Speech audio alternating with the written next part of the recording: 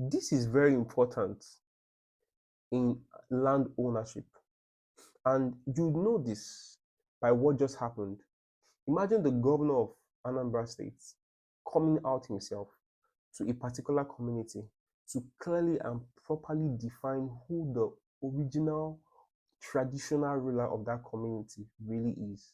It tells you that the position of the traditional ruler of various states in Nigeria, including Anambra State in this case, right, is also recognized by the government of the state. And this is what it tells you as an investor, right, or even a developer.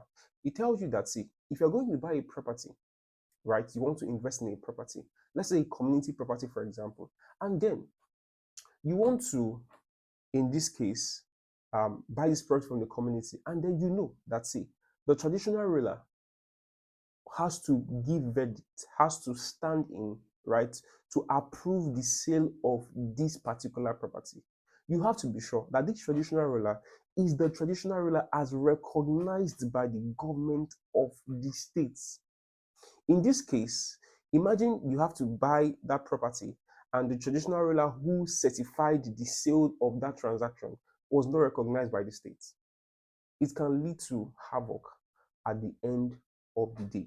This particular community, some of us who know Anambra State is a very popular community where the state government had to come in to define that this king is the original king of this particular location.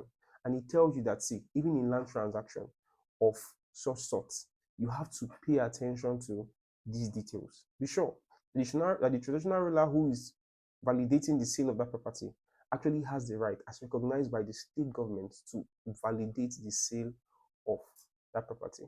And trust me, it's going to help aid you from having any land issue at the end of the day. Cheers.